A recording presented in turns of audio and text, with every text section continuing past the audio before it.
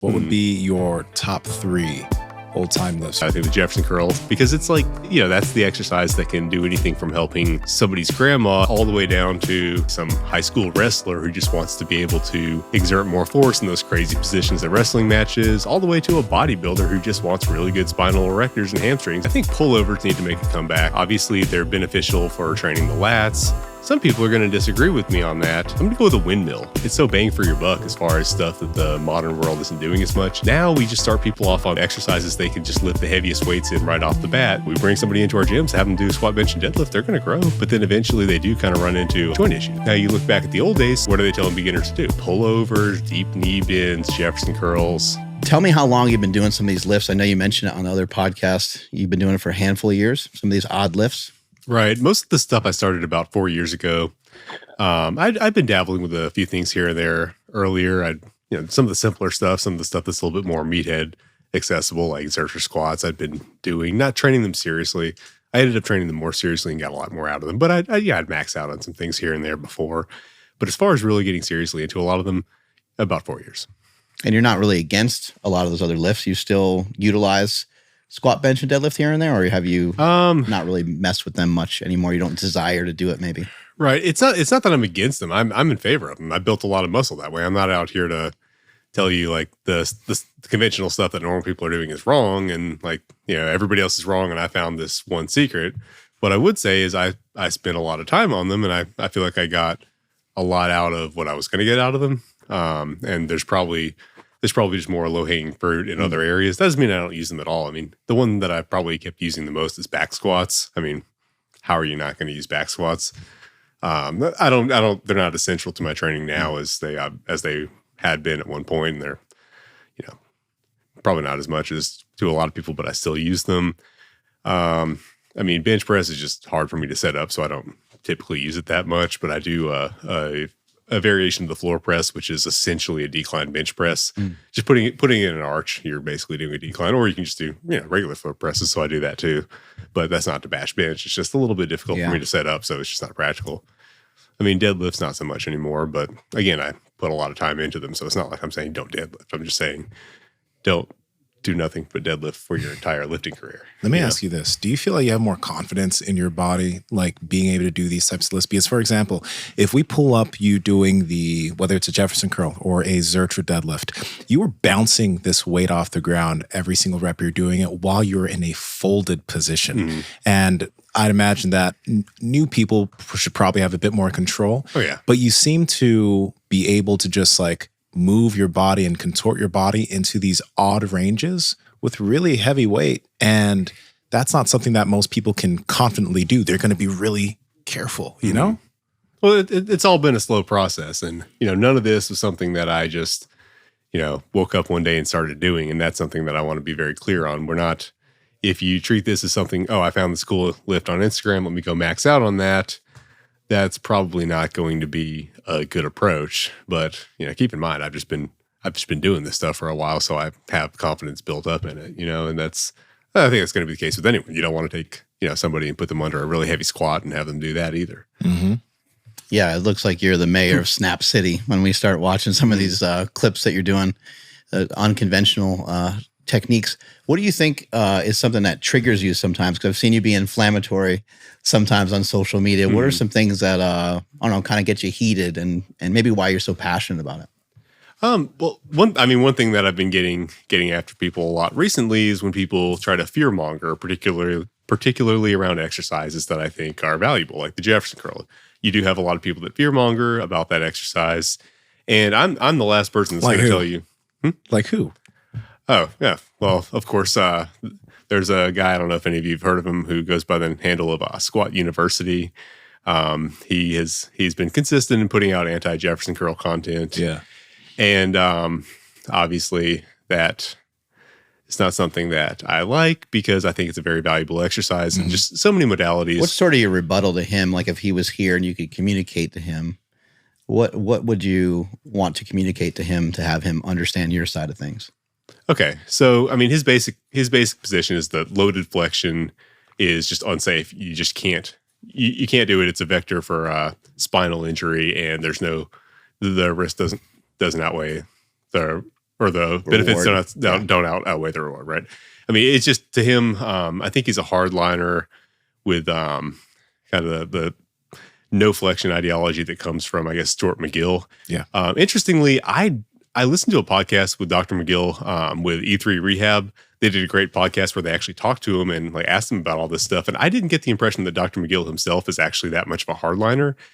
He seemed a lot more nuanced, and it seemed like a lot of the things that he was saying, I think he got controversial recently for kind of basically saying that people shouldn't deadlift if they want longevity. I think he's more hard into the rules if you have a lot of pain. If you have a lot of pain, he's like, I really think you should focus in and listening on my instructions and remove some of these other things out of your life so we can see what the hell the problem is. Right. I think the comment he made, he was thinking of a particular context, right? And you know, like it gets clipped in like on social media, we do, and you know, then that got taken maybe a little bit out of context. But he didn't seem like that much of a hardliner. And as far as if you're in pain, if you have an injury, you shouldn't be doing this. I'm on board with that.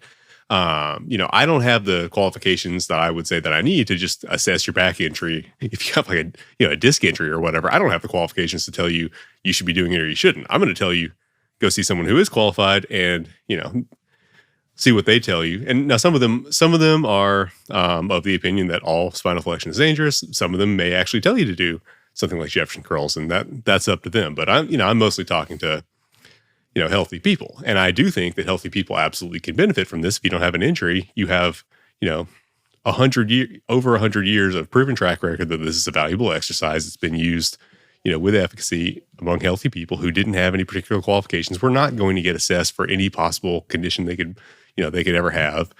It's got a proven track record and it's beneficial. And I think people ought to have that information out there to be able to implement that into their own training. I'm not telling them to go do anything crazy with it, but you know, here's the exercise. Let's put the best information that we have out there and you know, let people make their own decisions. I think, you know, he's coming from a rehab perspective, and I think there definitely are some cases in rehab where you have someone with an injury and you wouldn't want to do it, but for healthy people, absolutely not. I think, and yeah, my understanding, I'm not going to get into the like science of how discs adapt. That's above my pay grade, but just at the practical realm, it's very clear that your range of motion can increase, your muscle can increase, your ability to withstand load in that position can increase. That's all kind of beyond doubt. It's not just my personal experience. Tons of people throughout history have found that. So, you know, this is clearly valuable. So we shouldn't be just, you know, blanket statement fear mongering. Another person that not quite on the same track, but kind of the same result I've been in conflict with is Andrew Locke. And his thing isn't you should never do Jefferson curls. I mean, I'm going to be strawmanning him here, but it's not my fault. I am strawmanning him here, but there's a reason for it. And his position is basically only Andrew Locke gets to tell you when you can do Jefferson curls. And I am strawmanning him, but I did try to ask him, okay, can you tell us what you know? Then tell us what you know. When is it safe for people to do Jefferson curls? Oh, well, you're not educated. I want to pause you just for a second. You tend to go into people's DMs, which I think is a better, like, I'm sure you scramble with people a little bit on their actual post, but then I think you take it further and you actually go into their DMs. If they want to, not to harass them, but to communicate, because you've done that with me. You and I've had conversation about particular lifts, how safe they are, how safe they aren't. Same here. But we had an actual like discussion. It wasn't like you're an effing asshole. Like you shouldn't be teaching people this stuff. Right. Yeah. I want to have open conversations and just get this stuff get this stuff out there. And you know, if someone has a better educational background than I do in something, well, okay, we're on social media. Let's try to get that information out there so everyone can make the most informed choice that they can. But if the people that have certain qualifications are going to just say, nope, no one can use this unless, you have this qualification, and they're not going to put out the information to let people make that choice. Well, sorry, I've seen too much personal benefit. I've seen too many other people that have benefited from this. I think the general public should have the best information that we have. So I'm going to put out the best information I have. And I'm not telling you go take your back injury and go do a Jefferson curl. Absolutely not. I don't want anyone to get hurt. I want you to be as cautious as possible. And I'm not going to, if I have a client if I have someone who comes to me and wants to be a client, says, hey, I have a back injury, can you fix it? I'm telling them no. You go get it fixed by someone who knows what they're doing, But as far as general population, yeah, let's build some resiliency there, Yeah, I think what a lot of people have found over the years, a lot of people that lift, a lot of people that like to explore their own body and figure out how to recover from injuries, I think a lot of us have kind of stumbled upon this idea is like, you should maybe kind of like flirt with stuff that's halfway sketchy or halfway iffy. And it's iffy because of what we've learned over the years. And maybe some of the things that we learned, maybe they're not all correct. Maybe they're not all wrong as well, right? And so, you think about, I'm supposed to be in this particular position when I deadlift. My back is supposed to be pretty flat. It's supposed to, relatively speaking, stay pretty flat. But what if I wasn't trying to lift maximum weight? What if I wasn't trying to get the maximum leverage and everything? What if I actually just wanted to do the opposite? Because if you lifted away from leverage, wouldn't that also make you strong? Like, wouldn't that be, you're lifting from a position that is less advantageous. And so now you put yourself in this weird compromised position. And that happens in sports, especially something like jujitsu. If you can't get out of something because you're not mobile enough, or you have a slight injury in that area, that's going to have to be addressed somehow. And I think a lot of people over the years with lifting, I know for myself this is true, but it sounds like a horrible recommendation to people. But it's a recommendation. Like, if something is hurt, mess around with that area, flirt around with it, use some weight with it, whether it's your neck, whether it's your shoulder, whether it's we have these exercises that people like to, they put names on them, and then it's like, oh, do this motion. It's called a car, and you do this circular motion with your shoulder or your leg. And kind of to something you were saying is like, I'm not qualified to help some of these people. I think actually you are. You're very qualified to help. And a lot of us that have been lifting and paying attention for many years are probably just as qualified. However, we are talking about people's health, and there's so much context around us trying to share something with us. And I think that we say those things sometimes to protect ourselves, because we don't want people just to clip something that we said, like heavy deadlifting is great for your back. We don't want them to clip that and then with their slightly already injured back go and hurt themselves even more. I mean, that's always the struggle, is balancing those two. I mean, yeah, I definitely don't think just not putting the information out there because someone could misinterpret it. That's not the right approach. I have to feel that it's best to try to help those who can be helped, which is going to mean people who can listen to context and nuance and, follow instructions to some degree, and, are taking, active agency and just, taking care of themselves and doing things correctly. So I have to kind of I think we have to bias towards those people who are doing everything they should, and not just, take everything down to the lowest common denominator. Because, some people, if they can't listen to everything you say, if they can't listen to the nuance and follow instructions, I mean, are you going to be able to help them at all? Right. I mean, a lot of things just try to dumb it down for beginners. And, that's all well and good, but there has to be some content out there to, give people some agency to use some more advanced stuff that can also be more beneficial, I think. And on top of that, with the amount of weight that you can Jefferson curl or Zercher lift, you're in that 1% with the amount of weight you're lifting. But I think something that we have to realize is that just because you're doing that doesn't mean other people can't do that. It's just everybody needs to start at the earliest level, at the lightest regression. Because I think when people see people squatting a lot of heavy weight or deadlifting heavy weight, we've seen so many people do that now that people are comfortable just like, putting a plate on and putting 2 plates and progressing cleanly. But seeing what you're doing, I mean, we haven't seen a lot of that since like older lifters. You made a whole book on this. You've shown people doing this, right? But the thing is now, guys like Squat You, and I love Aaron Horsching, but Squat You, this guy, what's his name? Andrew Locke. I just looked up his page. Interesting. He looks like Majin Buu. Good information on that. Yeah, I think he does actually. No, I think he does actually know a lot. It's just he won't tell us. He just. I mean, he kind of just tried to shut me down and say, "You're not educated. You're not educated." Okay, well, you see, if you have such a good education, please put out that information so that we can make our own decisions. But I find the unfortunate thing about this is that okay, I think one of the things that you had against Squat You is like when he was showing the Jefferson curl, he showed it incorrectly. Right. So if you're going to tell people you can't do this exercise or it's unsafe for you, and I understand the context of where it's being unsafe. If you've had back injury, if you've had disc herniations, you probably don't want to load this movement, but then you show the movement and it's done incorrectly. Right. Like, come on, dude. Like, you can't say you can't do a movement if you yourself, you can't even do it correctly. People can progress these movements safely. Right. They can. It was frustrating because he he demonstrated that, and then a Romanian deadlift, which is one of my favorite exercises, by the way. He was saying, don't do the Jefferson curl, do the Romanian deadlift. And I agree. I do both of them in the same workout, but they look the same.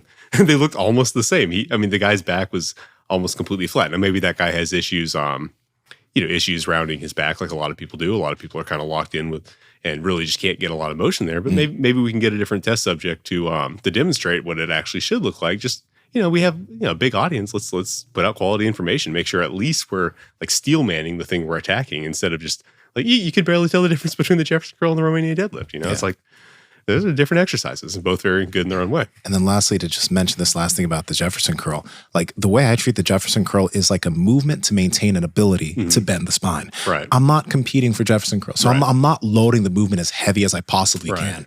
I'm doing a comfortable load that my body can do well. And I think everybody can do their own version of the Jefferson curl with adequate load, whether it's you're holding a 10-pound dumbbell or 365 pounds. Your own version of a Jefferson curl will allow you to show that your spine can bend and come back safely. Why live without having that ability? Exactly. What's the focus you guys think when because both of you are proficient at that exercise? What do you think someone should focus on? Not so they necessarily don't get hurt, but so they can make progress on there. Because I'm imagining you guys are able to maybe feel some things that maybe other people are having a hard time locking in. So I would say it kind of shifts. In the early part of the exercise, it's all about just trying to deliberately just segment your spine sequentially, just not getting ahead of yourself. This is a slow movement. Like there's going to be a lot of time under tension.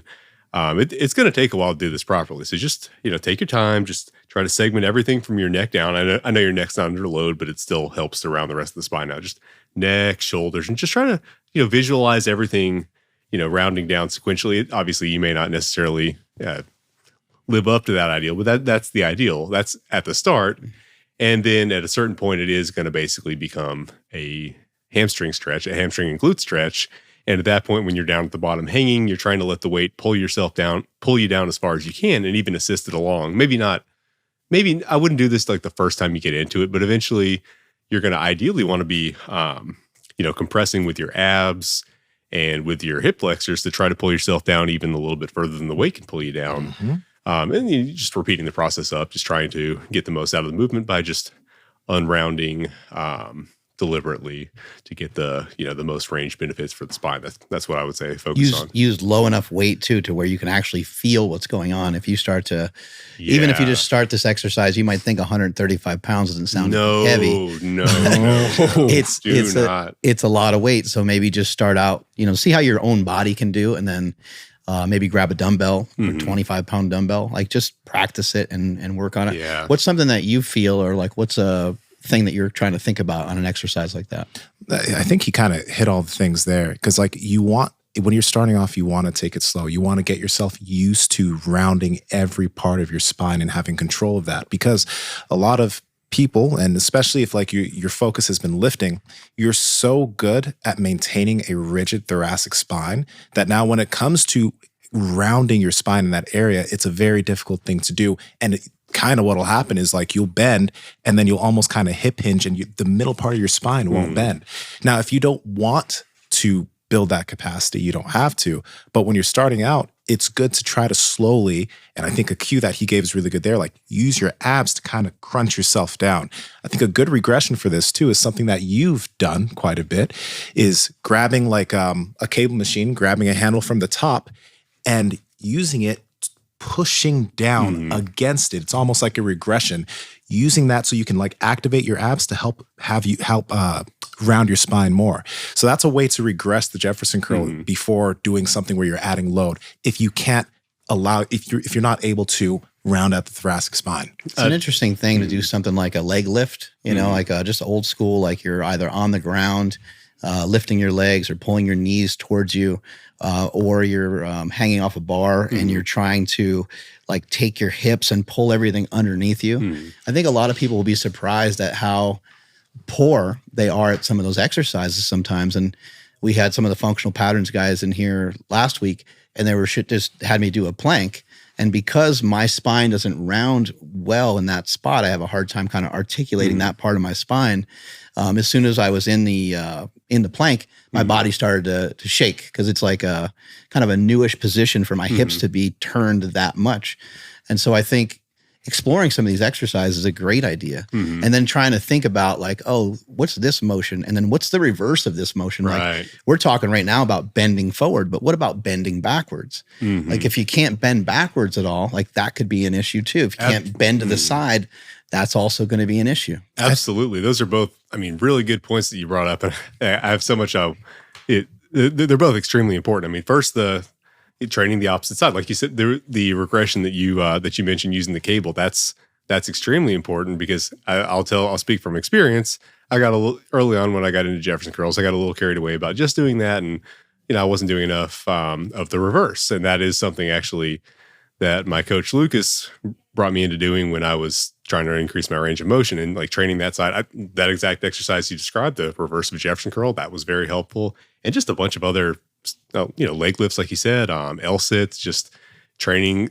We're not just, the Jefferson curl is a back exercise, but that the ability to forward fold is not a back ability. It's you need the front half of your body, and a lot of that gets neglected. And I can say from my own experience, I didn't build that mobility just by being pulled and stretched into that position. That's not enough alone to get you there. You need to train the other side, just like you said. And yeah, extension. Everyone's afraid of flexion. Everyone gets so paranoid about flexion. It's scary. It's going to hurt you.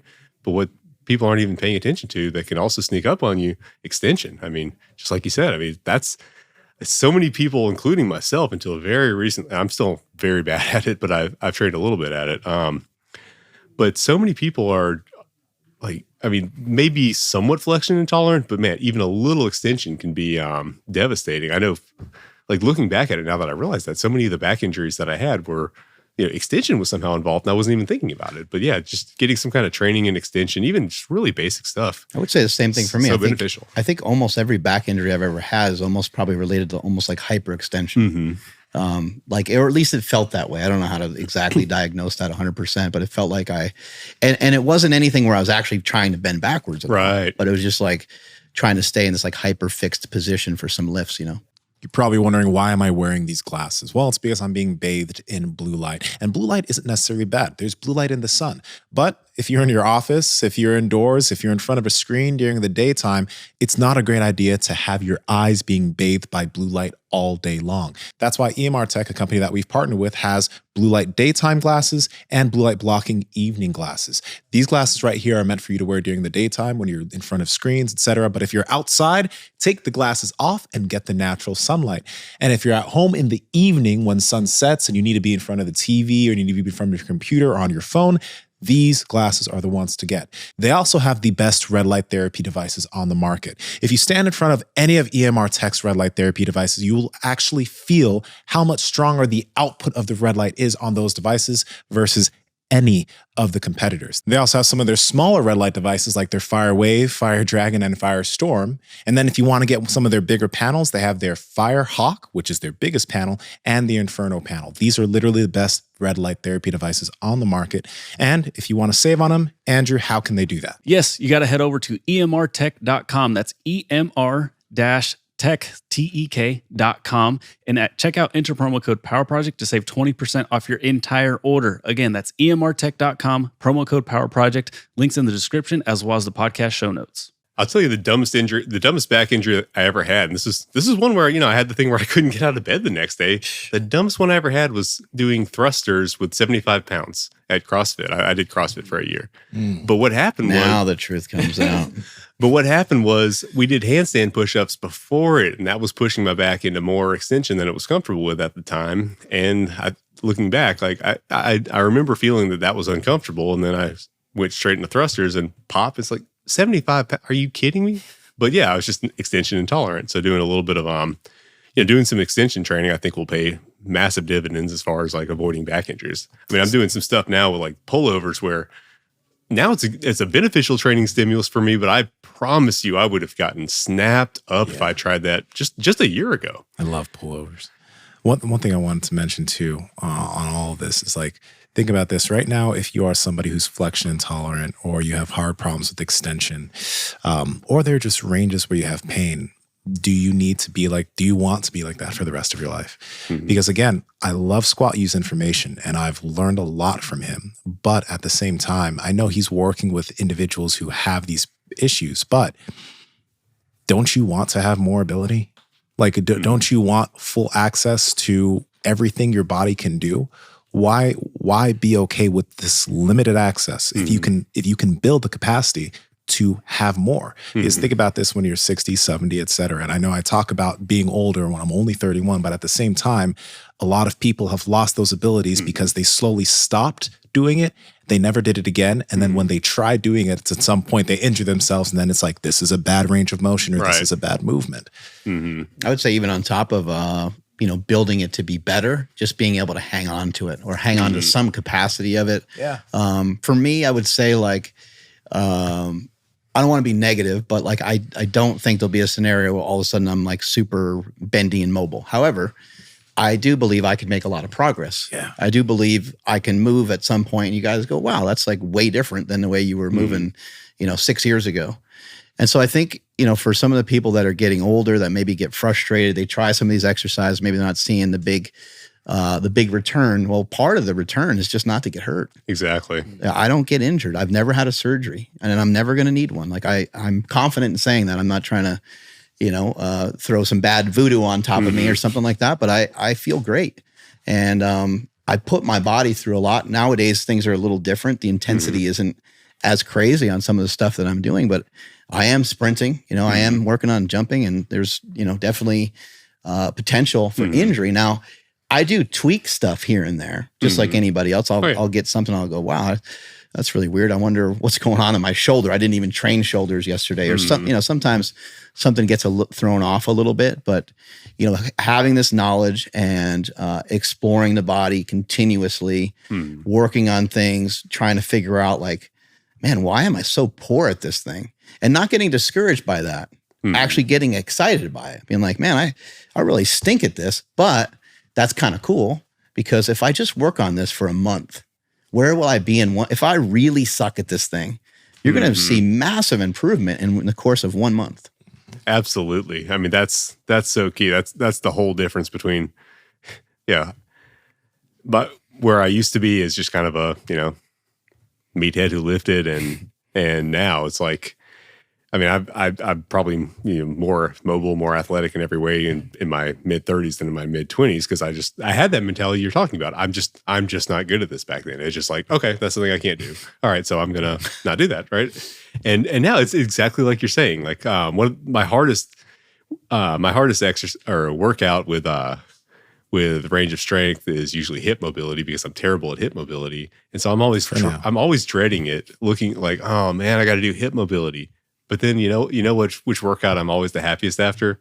Hip mobility, because there's always something I did that I couldn't have done the previous time. It's where I'm making the most progress. So it's it's exactly like you're saying. It's like you change that mentality. The places that you're weakest at are where you have the most possibility for improvement, and that's the fun of it. That's what we all fall in love with. It's the progress. It's not like, oh, I need to. If I can just lift this one weight for the rest of my life, I'll be happy, even if it's a good weight. It's progress, right?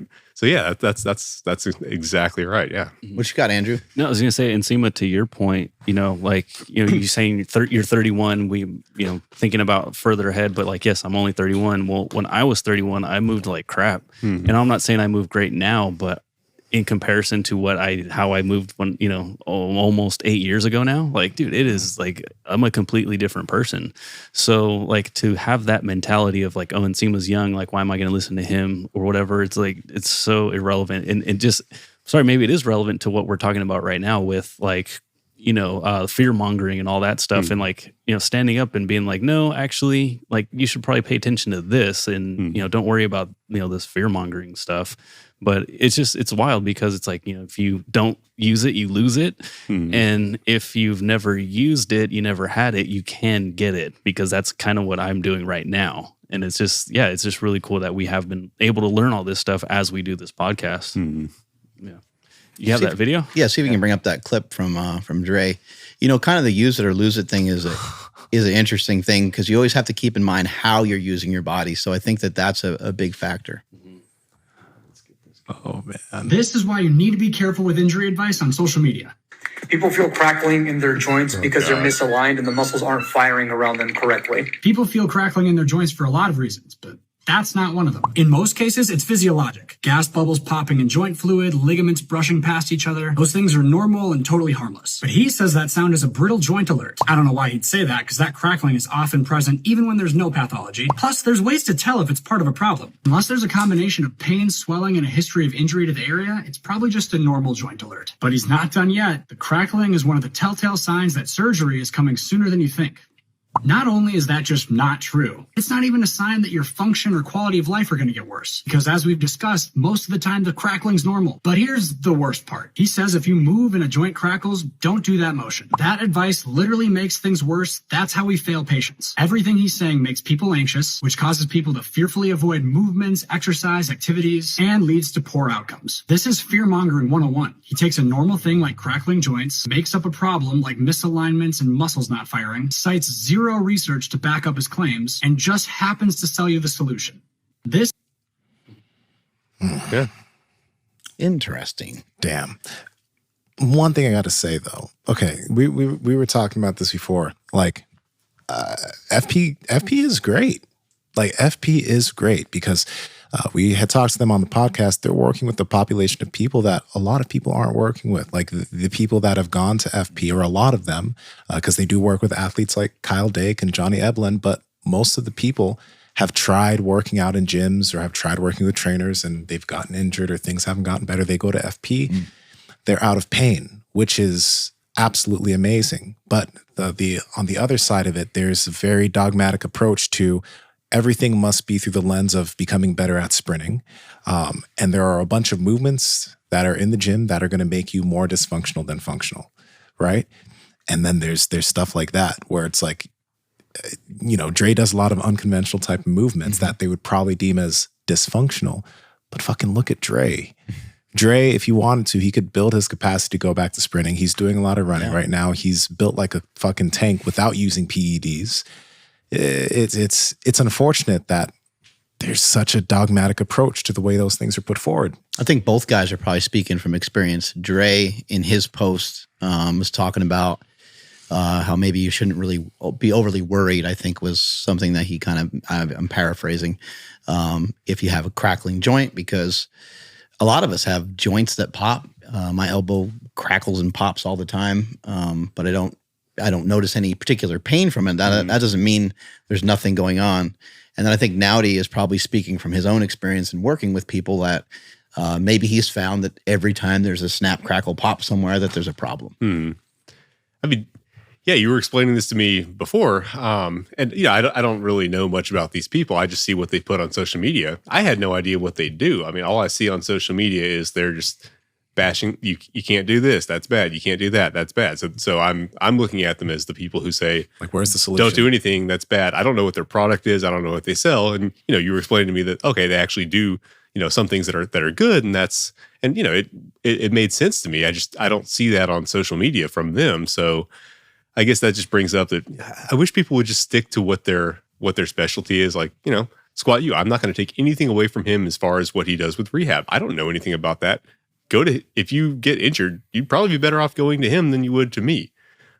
But I wish he wouldn't talk about things that he's not an expert in that I know, you know, and that's mostly been my videos critical of him. It's like, if he's getting into an exercise that I'm familiar with, like one-hand deadlifts or Nordic curls, Jefferson curls, and he's just not having his client demonstrate it right. And he's, you know, maybe saying some things about it that are not correct. Like, just stick with what you know. Like you know, you have your, a million followers, and you're a, you know, fancy, you know, rehab guy with all sorts of great clients. That's cool, you know, that's a good thing. But let's just stay in our lane a little bit, you know. But you're blocked by him now.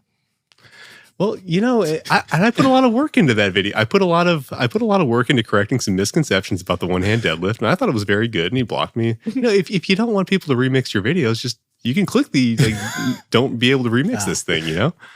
But yeah, I mean, a lot of people that I have conflict with, I don't think that they're not good at what they do. Just, let's not talk so much about something that we aren't personally familiar with, Yeah, I mean, somebody might think some of the exercises that you do, maybe they're not great for, bodybuilding because, maybe when they see you demonstrate some of these things, maybe they're not done to bodybuilding standards where you're trying to work specifically for, hypertrophy. But there's so much to strength training that's unknown. Mm-hmm. We tend to just say like, okay, this is the way this thing works. And if what you're doing specifically doesn't touch some of the things that you need for hypertrophy or for bodybuilding, then it has no merit. And we don't really know. Right. Like I don't think there's been like particular studies on people doing a lot of these odd lifts without the other lifts in there. I mean, I don't know how you conduct such an experiment. It'd probably be quite messy to try to figure out, but people have experiences though. And there's a lot of people that do the types of lifts that you do. We're seeing a lot of guys like Dre. We're seeing a lot of guys like yourself doing some of these movements, and they're unconventional. They're a little different than the way we're used to loading them. I don't really think that Dre does. Well, Dre does a mix. He does a little bit of like hypertrophy stuff. He does a little bit of stuff like that. But we're seeing more and more people like that, and we're not allowing that evidence to like come forward. It's like, no, that seems good enough. Like that guy is doing these exercises. He enjoys doing these exercises, and he's clearly getting a lot of benefit from it. I wonder what that would do for me. Right. I mean, I think unfortunately, I think there are a lot of people that want to be the smartest guy in the gym. They want to have it all figured out. They want to know everything. And so I think a lot of them have, specific expertise and they're correct on certain things, but then they think that translates to something that they don't have the same experience with. And it doesn't always work that way. There's just so much complexity to it. Not every exercise follows the exact same rules. Some exercises work pretty well when you really do focus on kind of that mind muscle control, just really being attentive and mindful on exactly what the objective is. Like we talked about Romanian deadlifts, Jefferson curls, you really want to be focused on that. Some other exercises, you can just heave weight around and get good results. And if you just try to have a grand unifying theory, you're going to be missing like the nuance and the reality. And we talked in the last one about power shrugs. I get a lot of criticism for that. People look at it based on their experiences, and I get it. If all your experience, if your experience with, in fact, most other exercises, that's not how you would conduct that exercise, because most exercises, heaving weight around using a bunch of momentum from your quads it's probably not going to be. Some people like cheat curls. Most people don't get a whole lot of results out of cheat curls, right?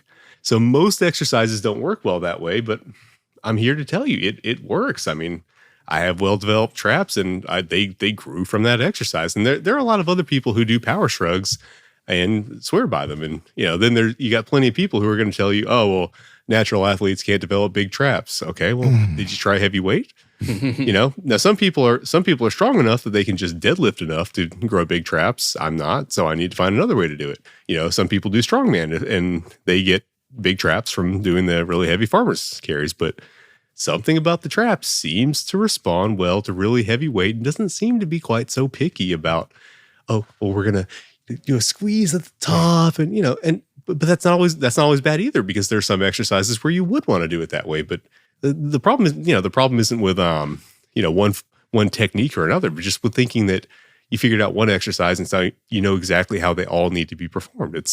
You just kind of like look at it with fresh eyes and just see how this exercise is going to tell you it wants to be performed, One major aspect of strength training is stretching. There's like some stretching going on. And when it comes to something like a shrug, your shoulders need the ability to like decompress. They need to be able to go like downward. And the more, usually the better suited somebody is at kind of performing an exercise like that. I don't mean strength wise, but a lot of times they're built like yourself, where your shoulders are real pronounced. They're out, and that's because your shoulders are like kind of sitting more downward, and you have good strong lat development and trap development. And I've seen this time and time again from deadlifters over the years. You've seen even someone like Arnold kind of stands out to me, because Arnold's shoulders and arms and stuff he's jacked beyond all belief, but they also look so robust because where his shoulders are in comparison to his ears, they're actually fairly far away from each other. And you notice that I've been observing, people that are good at these lifts for so long that you just start to see that time and time again. And you see that with people that deadlift huge weights. And a lot of times they're not really saying the same exact thing as you, but in some way they're saying something that is very similar. People that have strong deadlifts almost always have really strong lats. I'm sure there's a couple cases where maybe they don't. Why do they have really strong lats? It's to hold that shoulder down and back into place so that their arms are kind of going to hang a little bit longer. And when they pull that weight up, they're going to statically be able to flex their lats to be able to express the full power of their extremities, their arms and their legs. Right. That's the way I look at it. Yeah. Let me ask you this, man. You said Lucas Hardy. Lucas Hardy. He was able to help you a lot with progressing some of these lifts as far as your mobility is concerned. So what are some big concepts as far as, improving your mobility that maybe you learned from him that you took into other lifts?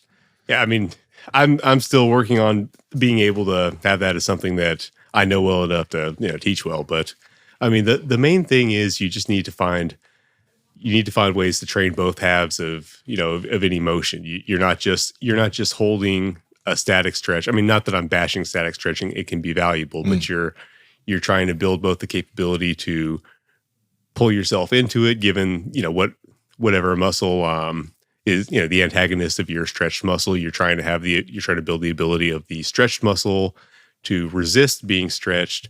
You might want to do those alternating. If you're doing a static stretch, you're not just holding it. Maybe you're actively pulling into it for 30 seconds and then, holding on to something or however, bracing up and then actively kind of pulling out of it still in that stretch. Just so you're not passively flexible, but you have the ability to move in and out of that range. Right. And that seems to be what gets the body to, loosen up and give you that range. I mean, I'm not going to try to tell you what's going on the inside. That's not the level I can observe, but I mean, that's the main thing. And then just, finding good exercises that are a good way to target that, because there's just so much to it that each joint has so much that it can do, more than we typically see, in general training, and just finding tools that work for it. You're not just moving your own body. You're trying to find, okay, well, here are the tools. We have barbells, we have, blocks, we have, cables, bands, whatever, how can we use these tools to actually get the body to do what it's supposed to do? And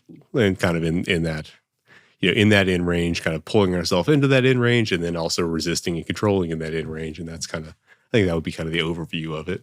What's your favorite old school book? I remember, looking at some books years ago, and I remember the book Twisted Conditioning by Bud Jeffries. I don't know if you've ever seen that one. I haven't read it, but I was a big fan of Bud Jeffries.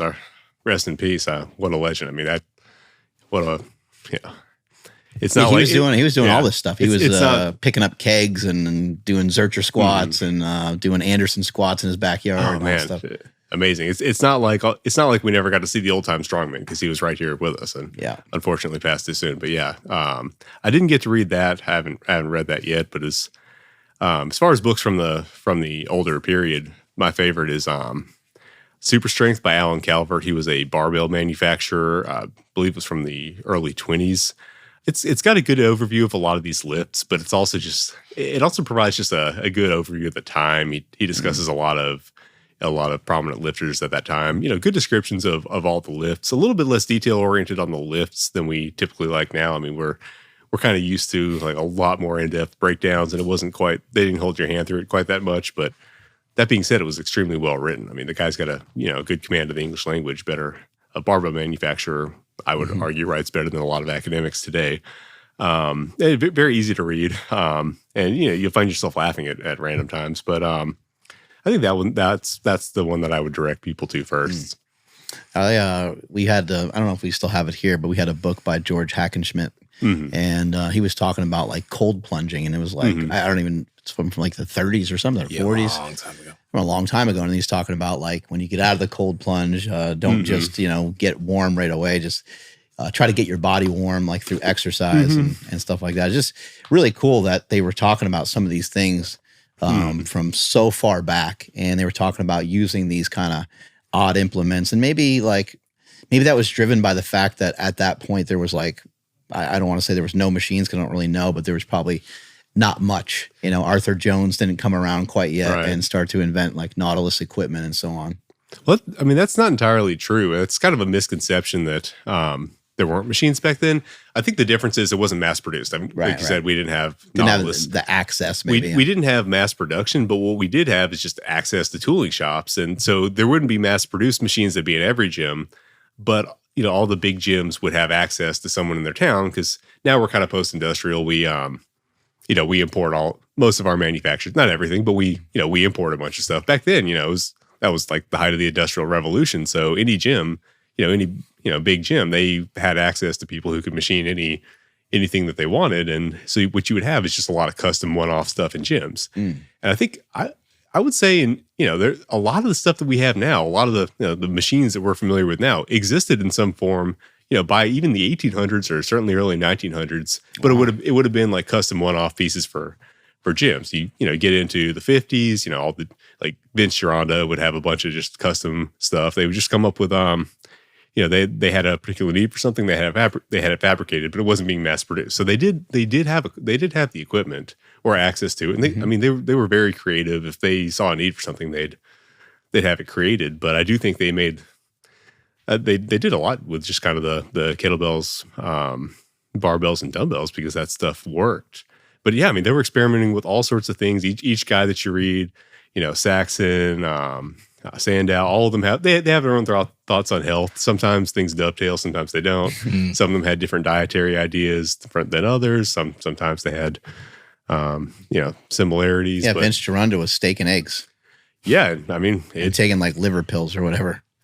The original liver kit. It worked. Oh yeah, it worked, and it worked great for cutting. And I think I should look this up sometime, but I do think it was better known in the 50s that something like a keto or almost carnivore-ish diet was good for fat loss. You even had I'm not advocating for this, but you even had a popular book in the 50s called I think it's called The Drinking Man's Diet, and it was basically just saying like, if you like to drink, as long as you keep the carbs out of your alcohol and you eat kind of high fat, meat and eggs diet with no carbs, you can somehow still lose weight. I don't think that's a good idea. Probably it's not something I recommend, but it just drink vodka instead of beer or something like that to kind of cut those carb calories down a little bit.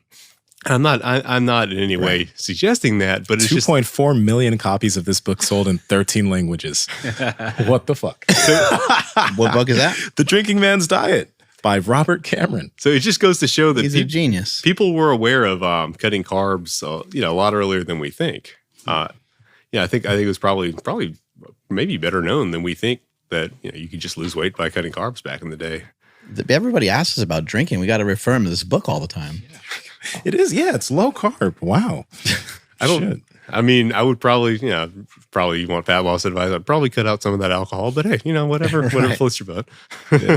Yeah, you did the wine diet, right, Mark? I did, yeah. Drinking a bottle of wine a day. That actually became a challenge after a couple days, especially like how to figure out like when and where to drive and stuff like that. Did you and your wife split the bottle, or did you just do? Nah, kidding me? Fuck, that's a lot of wine. Why would we split it? 2 a days. Yeah. All right. Let me ask you this, man, because like obviously in your book you have so many old time lifts. What would be your top 3 old time lifts? Your top 3 favorites, and why? Okay, so top 3. I'm going to base this basically on not so much looking at the lifts in isolation, but looking at them relative to what we have now, because obviously we have a lot of great solutions for a lot of problems. Like people aren't really struggling to build their pecs. We have bench press. People aren't struggling to build their quads. We have squats. So we do a whole lot of things really well now. So we don't need to, even if something is good, we're not going to necessarily. We don't need to any redundancies. We've already beaten this horse to death, but obviously, it's not going to be surprising to anyone that I think the Jefferson curl, because it's like, that's the exercise that can do anything from helping, somebody's grandma just maintain mobility and avoid injuries, for the next couple decades, all the way down to, maybe some high school wrestler who just wants to be able to just, exert more force in those crazy positions at wrestling matches, all the way to a bodybuilder who just wants really good spinal erectors and hamstrings and doesn't care about function. Any of these people can benefit from the Jefferson curl in ways that not a whole lot that was out here before that came back into popularity could really do, So that's number one pick. I do think that is also like the biggest fuck you move to like the standard fitness industry, the Jefferson curl, because it just goes against brace your spine. Don't let it move. It goes against everything. Round it. Round your fucking spine with weight. Yeah. Right. And then they want to be, this is a dangerous trend, but yet this dangerous trend has been around longer than most of the exercises they do. But that's number one, obviously. I think pullovers need to make a comeback. Now that's like saying, it's not even a pullover isn't an exercise, it's a category of exercise. It's like a squat. What's a squat? Is it put the bar on your back, on your front, goblet squat, Zercher squat, and pullovers are like that too. There's a ton of different ways you can do that, and obviously they're beneficial for training the lats. Some people are going to disagree with me on that. That's actually been very controversial recently. People have been saying that pullovers are not a lat exercise; they're purely a chest and tricep exercise. And the basis for that is an EMG study that they did. It was probably on how all these are. It's like probably 8 people or whatever. I think it was like 8 to 10 people, something like that. And it basically found that you had pec activation, you had tricep activation, very little lat activation. So based on that, people are saying that it's not a lat exercise. I would kind of say, who cares though, too? It's like, that's cool. Like if you're trying to target your lats, I guess maybe there are better exercises, but it's just a good movement. I totally disagree though that it doesn't target the lats, because I looked into how they're doing it. They had the participants lying flat along the bench, so they're basically they're lying like you're going to bench press. You're just lying on the bench and just sticking your arms over your head in like a barbell pullover movement. Oh. And I wouldn't necessarily. That's kind of what I would expect, because you'll see other people using the little biomechanics skeletons. I made a cute little video. I don't have a skeleton in my house because I'm not a weirdo, but I made a video. I used a little rubber band and like one of my kids' teddy bears to like approximate. So what they'll basically show you is when you're sticking your arm all the way overhead, your lats don't have any leverage on the arm to bring it down. Like the only muscle that has leverage is the pecs. So your lats cannot meaningfully contribute, right? That's what they show you. So I'm approximating what their skeletons are doing in this position. Mm-hmm. But that's not how you do a pullover if you're trying to build your lats. You're going to be getting a lot of extension, whether you're leaning, like whether you're across the bench or whether I like to kind of hang off a bench and pull myself into a lot of extension. That doesn't work if you haven't trained extension like kind of directly. If you're a little bit extension intolerant, that's going to mess you up. So I'm not saying just like jump into that, but if you are trying to use that movement for lats, you're going to want to open up, and what that does, you're going to reach the stretch point in your lats before your arms get to the point where they have no leverage anymore. So it's you're gonna still get the full range of motion. Now that's not to say the pullover has to be used for lats, because the old timers thought that you could expand the rib cage. I'm kind of agnostic about that. So many of them believed it that I'm not going to tell them they're wrong. I haven't personally seen it, so I can't speak to it personally, but I'm not going to say it's wrong. So, but additionally to that, you just get so much benefit in like shoulder mobility, overhead. I think that's one of the lost keys that we're missing. Now we just start people off on the exercises they can just lift the heaviest weights in right off the bat through sometimes a limited range of motion. And there's something to be said for that, because we're good at packing on a lot of muscle on beginners. That works. We bring somebody into our gyms, have them do squat, bench, and deadlift. They're going to grow. But then eventually they do kind of run into a lot of, joint issues, right? Now you look back at the old days, silver era, bronze era, what are they telling beginners to do? Pullovers, deep knee bends, Jefferson curls, stuff like that. Mm-hmm. So we're using lighter weights to train those fuller ranges and just kind of build that, make sure we're strong in those long ranges. And then afterwards we're piling on the heavy weights. And I think if pullovers were used like that more, like, hey, oh, you're new to the gym? All right, let's do some pullovers with you. I think maybe people wouldn't have all the shoulder problems we do today. I mean, back in the day, folks had no problem, doing behind the neck press, all manner of things. Now we're told you can't do that. You can't do the upright rows. Bad for the shoulder. It's bad. Well, maybe if we were building people's shoulder capabilities from the start, we might have a little bit less of that. So that's, in addition, I do think they are a good bodybuilding exercise for lats. I really, if used properly, because you can use them. And I mean, I'm not saying you can't use them for chest. If you do them in a way that's going to recruit the chest more, you can do that. And if you want to do that, that's perfectly fine. I do agree they're always going to hit your triceps. There's no way not to. Is that a feature or a bug? That's up to your training goals. I think it's, bonus tricep work, But yeah, in addition to kind of the bodybuilding bit of it, which I think there is one, I think there's just kind of building that base right from the ground with people so that they don't run into problems down the road. I think that's a huge benefit to pullovers. Let's see, the last one that I would pick, it's top 3. In my book, and I'm going to go with the one I picked in my book for this. I'm going to go with the windmill. I didn't actually show that one yet, but the windmill is basically a side bend with a weight over your head. Okay. And I mean, I've seen you do them, I think, and it's I'm just picking it because it's so bang for your buck as far as stuff that the modern world isn't doing as much. You're getting side bending. I mean, that's extremely important. That's something that I think we need to do more of, whether it be just regular side bends or windmills. Because a big function of the QLs and everything is to bend to the side. That's a common injury. We only train it one way. We don't train it multiple ways. Where does that work out well? But it's also stabilizing weight overhead. Again, building shoulder mobility, builds hamstring mobility. Again, like just freeing that up. So and I think especially if you start beginners on it, it's gonna put a little muscle on their shoulders too. So we're gonna be building up some muscle at the same time as we just strengthen things up and build a good foundation. If you're someone that's taking supplements or vitamins or anything to help move the needle in terms of your health, how do you know you really need them? And the reason why I'm asking you, how do you know, is because many people don't know their levels of their testosterone, their vitamin D, all these other labs like their thyroid, and they're taking these supplements to help them function at peak performance.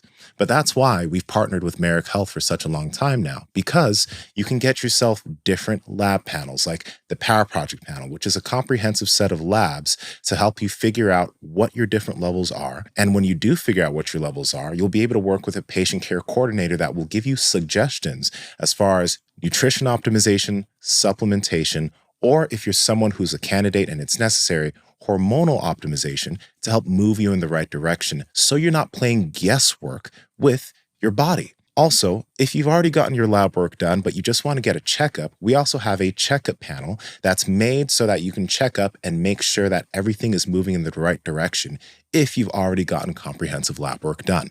This is something super important that I've done for myself. I've had my mom work with Merrick. We've all worked with Merrick just to make sure that we're all moving in the right direction and we're not playing guesswork with our body. Andrew, how can they get it? Yes, that's over at merrickhealth.com/powerproject. And at checkout, enter promo code PowerProject to save 10% off any one of these panels or any lab on the entire website. Links in the description as well as the podcast show notes.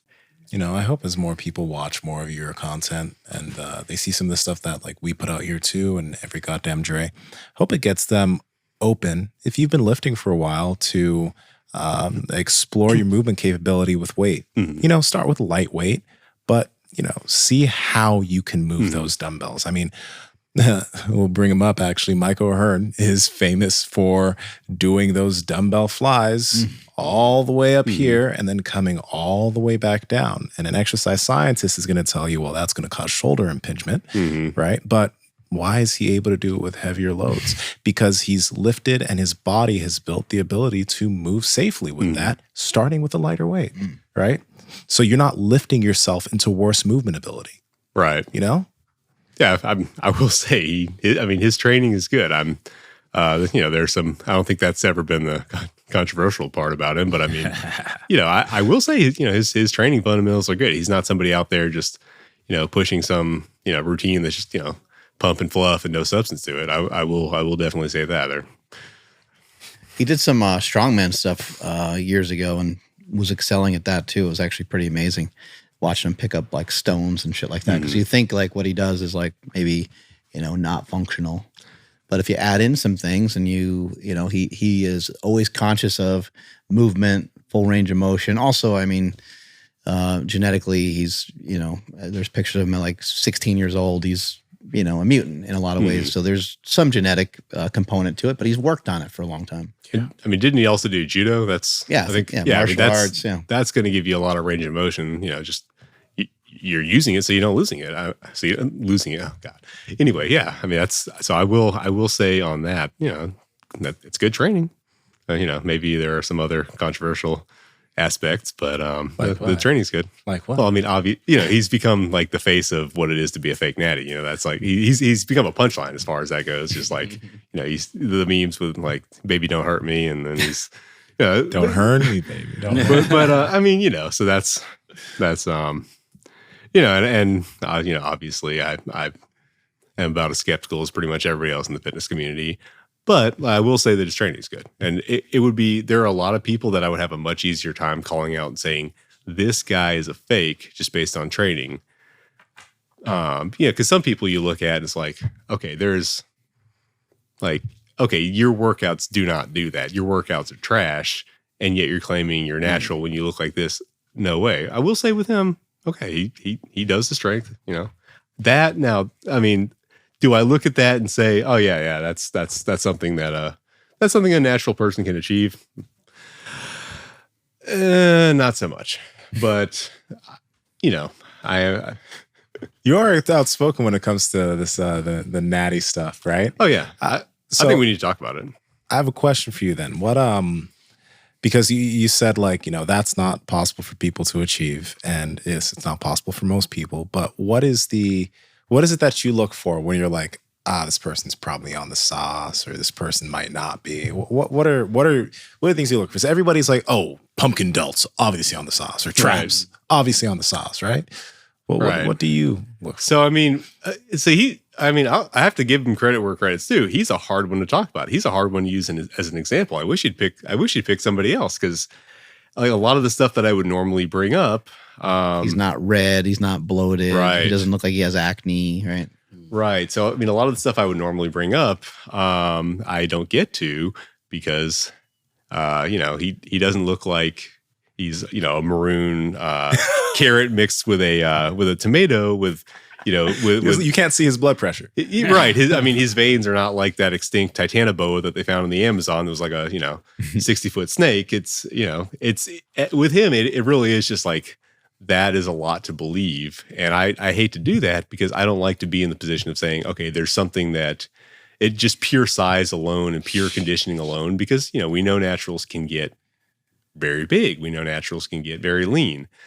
In his case, it's just at a certain point, I do draw the line and say, okay, that big, that rip for that long, that's hard to believe. And I think with the era, that was kind of the start of what I would call the fake natty era. And I'm not even, that doesn't even bother me. I actually see why they were doing it. And I mean, who knows? I don't know at the end of the day what the case is. Obviously I'm just as skeptical as everyone else. Mm-hmm. You guys know I don't believe his claims. That being said, he's harder to call out than some people are, just because I could look at their training and say, you don't train in a way that produces that results. I know what training produces results in naturals. You're not doing it.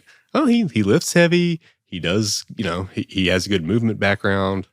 So it's not as easy in that case. And that's the rare case where it's just so in this case it's not as ezy, but you're leaning towards it's not. Well, I'm not gonna say I'm leaning, but I mean, here's the thing. I think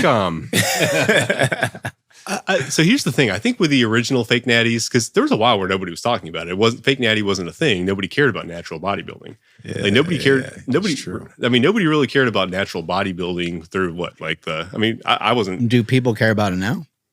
More so than then. Oddly enough, I think people care about you. If you're lying, I think is what people care about. If they think you're lying, right? If they think you're lying, I don't think people care about regular bodybuilding or right natural bodybuilding all that much. Okay, that's true. But I mean, it was really not. I mean, no one cared in the golden era. I mean, no one cared if I someone see said, what you're "Oh, well, I'm that." He was like, "Okay, well, those guys look good, right?" I mean, this is my personal theory. I don't have any facts to back this up, but it seemed like the fake natty thing popped up when Mass Monsters started to pop up.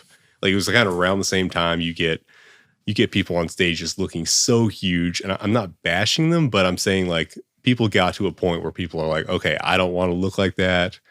That's gone too far," because a lot of people will say, okay, the Golden Ear guys look great. And I mean, they were on steroids, but they, people still say they look great. Mm-hmm. And then you get to a point where people are like, okay, that's too much. We have we have kind of the roid gut thing going on. It's just too much. Like, people don't want to look like that. So now you want to be a bodybuilder. What are you going to do? I mean, do you want to, you can't push the envelope anymore because pushing the envelope gets you to a place where you don't actually even want to be. You don't want to look like that, but you still want to be a bodybuilder. But what are you just going to be a small bodybuilder? So I feel like the fake natty thing was kind of like an early iteration of like classic physique, to be honest. Like that's a way of like trying to be a professional bodybuilder and have people take you seriously, but without having to do something you don't really want to do. Because probably a lot of people, even steroid using bodybuilders don't want to have that open division look, right? So that's I could be makes it more completely- it makes it more palatable, and then but people Right. don't even realize or understand like how Right. big someone like Chris Bumstead is. They just Right. they see the pictures like that looks aesthetic, but they don't really understand. Right. Like, this is a 235-pound guy that's probably Right. like 5% body fat or something like Yeah, that. I mean that alone is crazy. And I think a lot of people find that aesthetic, which is obviously why that's the thing now. But when did classic physique come out? I don't think it's fairly recent. It's like the last 10 years or maybe it's in the something past around 10 that. years. Mm-hmm. So I feel like before that, what were you going to do? Just Classic physique's a great category because it's like these are guys that we want to look like they're Right. kind of natural. right. I mean, the only problem with it, the only problem is it's kind of capturing the physical look of the Golden Era, but the problem is the Golden Era guys weren't just like trying to keep themselves small. They were pushing the envelope. They were doing stuff nobody had ever seen before. Tom Platz came out, like people were like, what is that? No one's ever seen anything like that. It's crazy.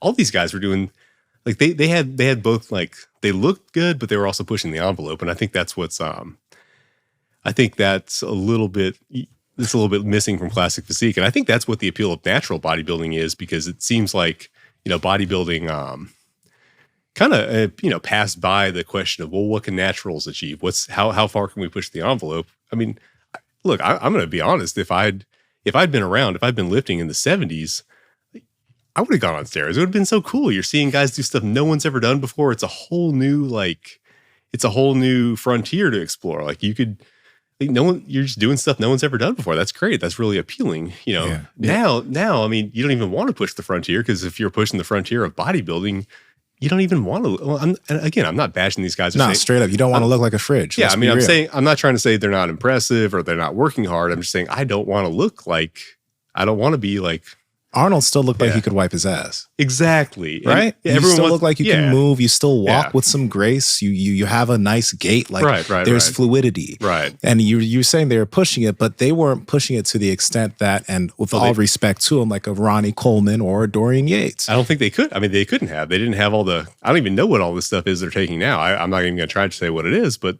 they're doing a bunch of different stuff now. They didn't have that option, but so I think part of the appeal of natural. I mean, obviously there's the health stuff. Everyone wants to be in good shape, but And the IFBB is actually coming out with they're planning on doing, I think, 30 natural amateur shows this coming year. Oh, nice. And what natural means is like, you haven't been on any type of PEDs in the past 3 years, and a bunch of things are going to, it is interesting because like the actual natural organizations are kind of getting annoyed at that, but they're trying to come out with categories and shows that will showcase that look. Yeah, Lifetime Natural. It's like not everyone, like some people maybe that ship has sailed. Maybe some Right. guys made a decision that they kind of regret. Maybe they did it at a younger age and they want to compete. So it sounds like they're just kind of like opening the door, but then maybe it's like opening the door for this like whole other category that's like tested-ish.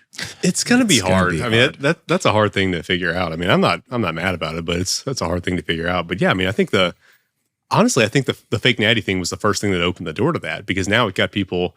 You had people that look good enough to still be marketable. Because if you had somebody, I mean, especially now, a lot of people who are natural just would not be able to get on magazines. So if you pull up some of these mutants, you had like Marcus Rule. You had someone like RUHL, Marcus Rule. I mean, let's just say, for hypothetically speaking, myself and most of the fitness industry are right, and Mike's not natural. Well, he was a good in a way. He was kind of a good ambassador for it because he looks good. He looked great. He looked good enough to be on a magazine cover, and he's claiming natural. That's interesting. Now, that's sparking interest in natural bodybuilding being a thing. Next step, you get the transparency era, and now people are talking about calling out fake natties, and that's not. And now we get more interest in, okay, well, what does a real natty look like? And now I think you have. Oh God, that whole phrase is just dumb. And I'm not even. I'm not saying you're dumb, but the phrase of what does a real natty look like? We're all human beings who have the ability to build muscle. And some human beings have a higher propensity to do that than others. Like, understand, there's a fucking difference. When Greg Doucette makes Natty or Not videos, it's like, Greg, have you seen fucking NFL athletes? And he'll say, all of them are probably on drugs too. But at the same time, like when you look at elite athletes, I'm not just talking about elite lifters. I'm not talking lifters are different from elite level athletes. Elite level athletes are fucking freaks. And if you've ever been in a college gym room or any type of those high elite level rooms where a lot of these athletes aren't lifting a crazy amount but look like they could be on a bodybuilding stage, like, nah, there's a different level of ability and years when it comes to these people. Some of these people have been lifelong athletes. They've been sprinting since they were 5 years old. Yeah. And you start lifting when you're 18, 19, or 20, and you want to look, you think that you have that capacity. I think it's very odd where we all think that just because we start lifting, we should be able to have the capacity of somebody who's been at it for a long time and has a better potential than you. Because we look at it with intelligence, we think that there's a stark difference with IQ when you get to a certain age, right? That's unchanging. People have different abilities. It's like not every natty has the same fucking ability. It's unfortunate, but it doesn't mean you can't build muscle. It doesn't mean you can't be the best version of yourself. It just means that you might not look like a Kendall Richmond or a Mike O'Hearn or some of those individuals, but there are some people who can. You look at tested powerlifting, and there's some phenomenal athletes in there. We got Jesus Oliveras on the podcast before. Shit, yeah. I mean, I've never really seen anybody with like that amount of muscle mass. It's like just insane. I mean, maybe some of these high level bodybuilders, maybe they have reached a similar amount of muscle mass, but I would imagine he'd be right there with them. Ray Williams is also somebody we've had on the podcast before, squatted over 1,000 pounds. Still one of the best squatters in the world, and maybe one of the best squatters of all time. There's Ray, and I think, or that's Jesus. And I think Ray tested with the highest muscle, the highest muscle in weight in a like a body fat test that he did. I want to say it's like I can't remember the number, but it was something absurd, like 280 pounds of muscle or something ridiculous. Maybe it was more even. I don't know, but it was just off the charts. And what I think is okay, perhaps those two athletes are figuring out a way past the test, right? But then what about the whole division? What about the whole entire? What about the whole organization? Like, is everyone doing it? Because even if you look at like the 5th place guy, he's still squatting like 780 or 800 pounds. Like, that dude's still really strong. So I like to kind of be a little optimistic about this stuff and think like, the guy's competing in a natural federation and he's saying that he's natural. I'm just gonna allow him to kind of say that. And then with my own experience with a lot of people over the years, this guy included right here, not Jesus, but John Cena. He's told me time and time again, he's natural. I have my own opinions, but he's an athlete that has been tested, and then people are like, "Oh, he's in a WWE, so he's been, he was probably tested by Vince, like in a hotel room or something like that." It's like, no, he actually has gotten tested. He actually has the results on his. He's got, I think, like hundreds of them in his gym.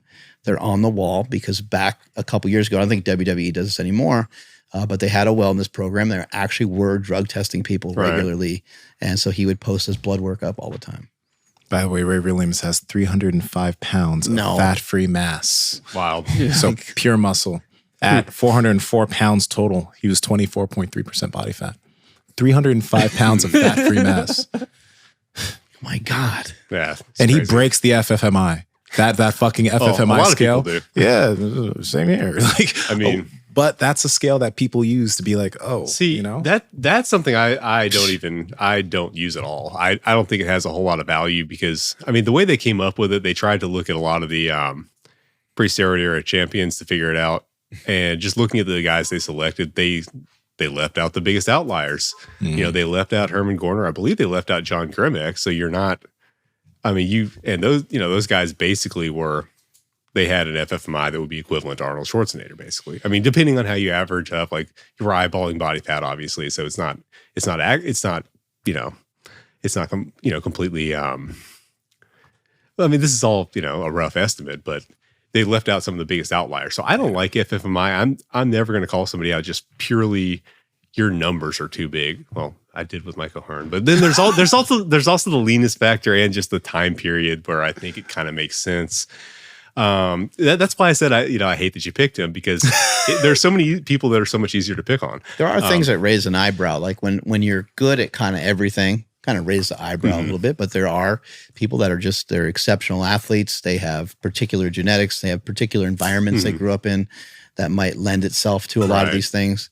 And so it is really difficult to tell. But if somebody's when I was powerlifting, it was kind of easy to tell. Like if somebody was really amazing at a squat, if someone was really amazing at a bench press, and someone was really amazing at a deadlift, you can kind of go, they start to be like world class in all three, and you're like, but it does happen.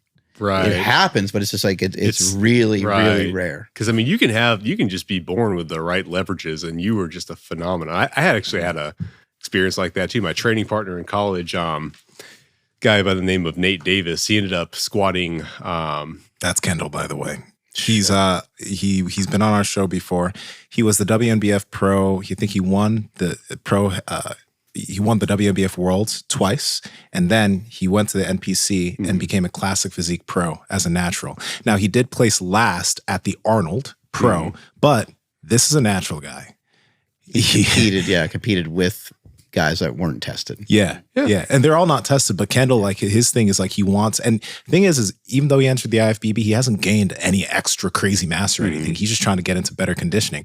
But this is where it's like, where people say, I want to see what I can achieve. Most of y'all ain't going to achieve Kendall, but that doesn't mean Kendall's not natural.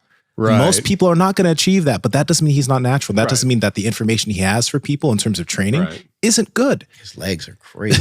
I'd have to look. I mean, I'd have to, I wouldn't be like just looking at this. I wouldn't be comfortable rendering judgment. I think it could potentially be possible. It could potentially not. But I don't know what the guy trains like or anything like that. So there's this would be something where I wouldn't say this is beyond the pale. Certainly. Yeah. A constant thing that's been beneficial for all of our health has been intaking enough protein, but also intaking quality protein. And that's why we've been partnering with Good Life Proteins for years now. Good Life not only sells Piedmontese beef, which is our favorite beef, and the main reason why it's our favorite is because they have cuts of meat that have higher fat content, like their ribeyes and their chuck eyes, but they also have cuts of meat like their flat iron. Andrew, what's the macros on the flat iron? Yeah, dude. So the flat iron has 23 grams of protein, only 2 grams of fat. But check this out. Their grass-fed sirloin essentially has no fat and 27 grams of protein. There we go. So whether you're dieting and you want lower fat cuts or higher fat cuts, that's there. But you can also get yourself chicken. You can get yourself fish. You can get yourself scallops. You can get yourself all types of different meats. And I really suggest going to Good Life and venturing in and maybe playing around with your proteins. I mean, going back to the red meat, there's picanha. All kinds of stuff. Chorizo sausage. There's maple bacon. That stuff's incredible. The maple bacon is so good. Maple bacon's really good. Yo, my girl put those in these bell peppers with a steak and chicken. And oh my God, it was so good. But either way, guys, protein is essential. And the Good Life is the place where you can get all of your high quality proteins. So Andrew, how can they get it? Yes, you can head over to goodlifeproteins.com and enter promo code PowerProject to save 20% off your entire order. Links in the description as well as the podcast show notes. But yeah, I mean, like my powerlifting training partner. I mean, this guy Nate Davis. I think he squatted like 800, I believe, at some point. People. It was in the Southern Powerlifting Federation, so some people talked smack about the depth. It looks really good because he has these massive quads, so it looks good, but maybe it was whatever. The guy put 800 pounds on his back and went down and went back up. Yeah. I mean, he was squatting 600 when I was training with him, But all his other lifts were about the same as mine. Like we would go like neck and necks, bench press. Like he'd get 5 pounds and I get 5 more. And I actually deadlifted 600 before he did, except his squat was just like leaving mine in the absolute dust. And you know, he had the perfect build for it. And I mean, he was jacked. You know, the guy looked at, you know that picture of the shaved chimpanzee, like crouching down. It just looks really jacked. I think I know. Oh, have you seen that one? Yeah. Now the guy, very handsome guy actually, he had a very handsome face, but it looks like a shaved chimp. He had kind of short legs, so he had the shaved chimp look. I mean that as a compliment. The guy, very handsome face, but he just had, you know, he had that like muscularity, and you know, he was natural. I mean, I don't expect anyone to believe me taking my word for it because obviously I was friends with him. But yeah, he had that kind of. Yeah, that scary. look. So, but you know, his you know, he had one lift that he was just phenomenal at, and he was absolutely jacked. But the other lifts, and they ended up being, you know, respectable, but it was nothing to write home about. So I think definitely with strength, you have people that are just gifted at certain things, and then you have people that are just built to be tanks. I mean, some folks just have a different bone structure than everybody else. I think when you're built a particular way too, it shifts you a particular way. I think same thing happens with intelligence. You know, if you're intelligent in a certain way, just maybe slightly more, you know, we'll just call it gifted, slightly more gifted. And maybe it's not even gifted. Maybe it's, you know, mom was reading certain things to you when you were a kid, or like there could be so many other factors, but you have just like this little niche thing above everybody else. And then when you go to do that thing, you go to school and you take a test, and, you know, you see that everyone else in the class struggled with it and you ace the test.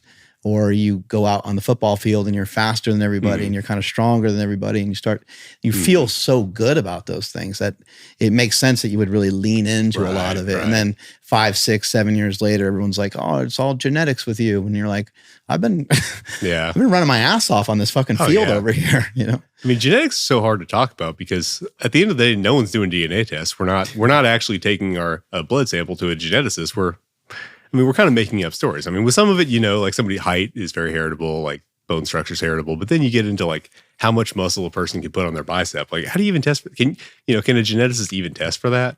So I hesitate to use genetics on too much of that stuff because it could be training. Like you said, it could be this guy's just been working harder. Or just longer. Or whatever the case, or better.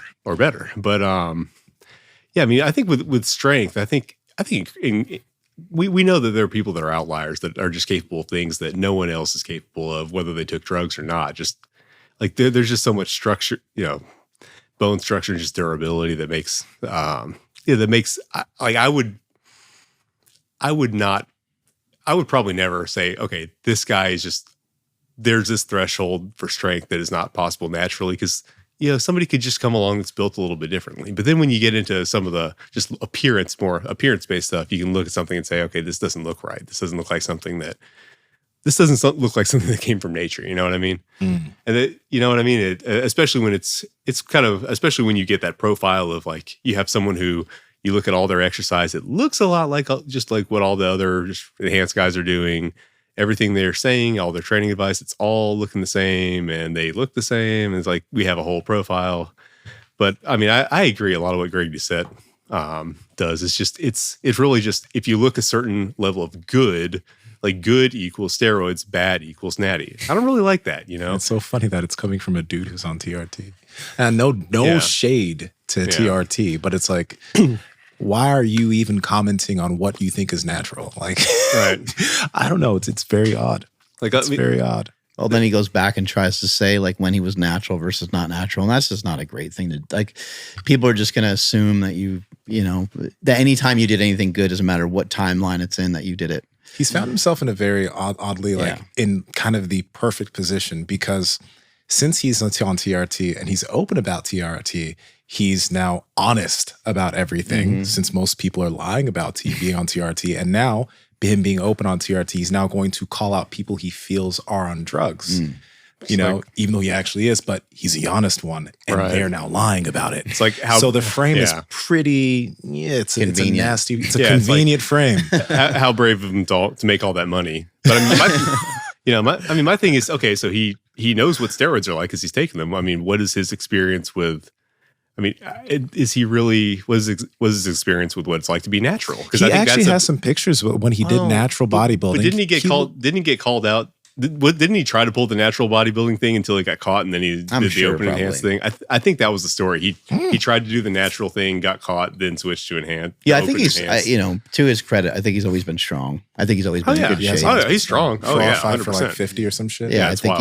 even before he ever took anything, I think he trained his ass off and got there. But I mean, yeah, that's wild. But I mean, looking at his stuff, and I'm not someone who it's controversial. It's a controversial stance, but I'm not someone who's completely against natty or not call outs. But I think with him, it's pretty clear. It's just good equals enhanced, bad equals natty, and it's not that simple. Like some people that look better than some enhanced people. Like I saw a guy the other day. I don't even remember what his name was, but this is a guy like posing. And I mean, I made the comment, the guy has enhanced skin and natty muscles because he looked pretty small, but he just had like, he had acne all over the place. And clearly, that dry texture that sometimes you see the real dryness that, natties tend to have a hard time getting. He had all that, but his muscles are small. It's like, so, there are some people that are not that impressive that I'm still going to easily say, oh, look at that guy's workouts. I didn't build that. But then other times you'll get people who are really impressive who I'll say, no, I believe him because I like everything that he says is like what he's doing justifies it. Like, for example, with you, I believe you. I know a lot of people have called you a fake natty. We have to believe him. He could choke us out. That's true too. But even if I weren't being like physically threatened by a jiu-jitsu master, like here's why I believe you. It's not because you don't look good, like you look bad, so therefore you're natty. Like that's not the grade you set thing. Here's why. Okay. Now, I mean, I don't know you. I met you today. I like what I see so far, but I don't know you. I can't tell anyone what you've ever done. Mm-hmm. I don't. But the reason that I do tend to believe you is because I know what it would generally take for impressive naturals to get built up. Like, what did people do that we know 100% didn't take steroids because they couldn't have any? Well, they were expressing a very high top end strength. I mean, you did powerlifting of crazy numbers. They were spending a lot of time on bodybuilding, hypertrophy training, and they were very good at their movement. I mean, their mobility was high. They were training everything through full range of motion. So there's numbers in powerlifting, by the way, too. They weren't disgusting. Well, they weren't disgusting. Like, they were very, very good, but it wasn't like he squatted 800. You know what I mean? Oh yeah, 800. Oh yeah. I mean, it's pretty good. Oh yeah. I think he squatted 6 something really easy. 640 something. Oh, and 640 755 really easy. Oh yeah, 640. I mean, what are we? Jesus.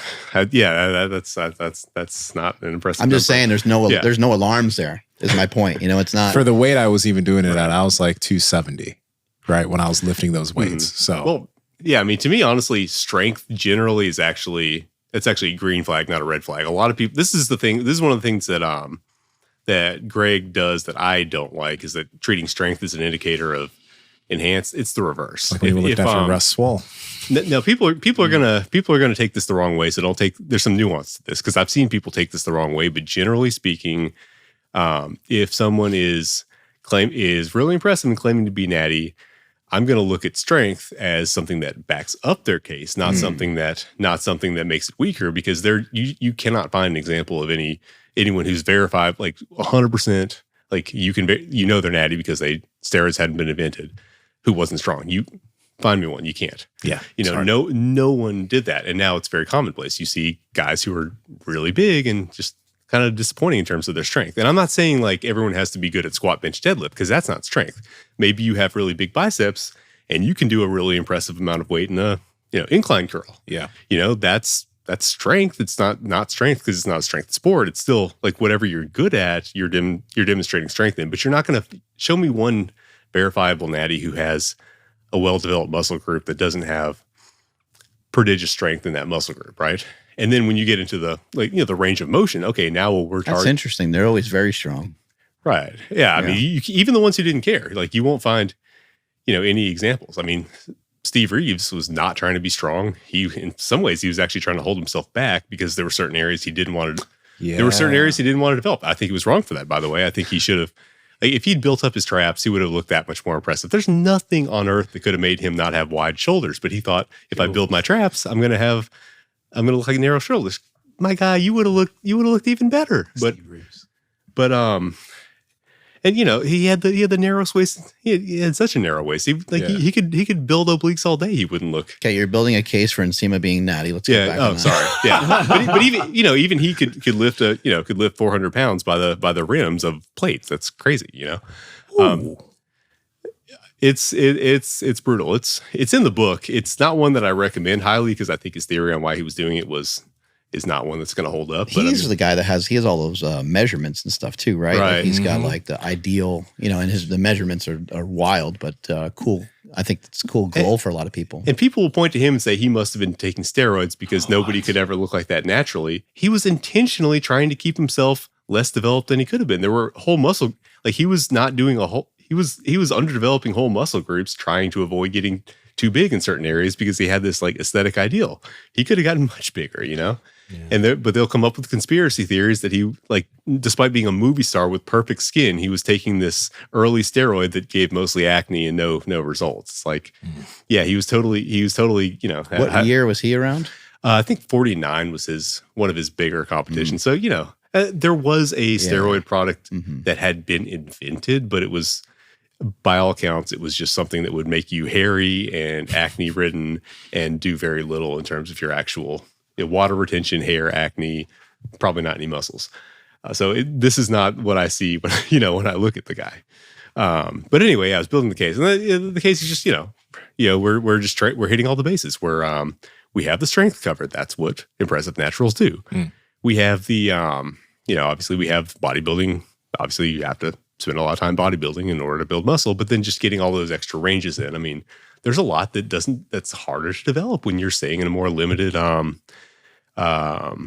range of motion. Range of motion. I do think a lot of people kind of just rely on the drugs these days to train things that they don't want to bother reaching and getting to, and just whatever. I'll just I'll just do the basics and rely on that. And I think it works. But anyway, so that's something that is a big green flag in my opinion. And the other thing is just looks. Like you look huge. You look huger in person than you do online.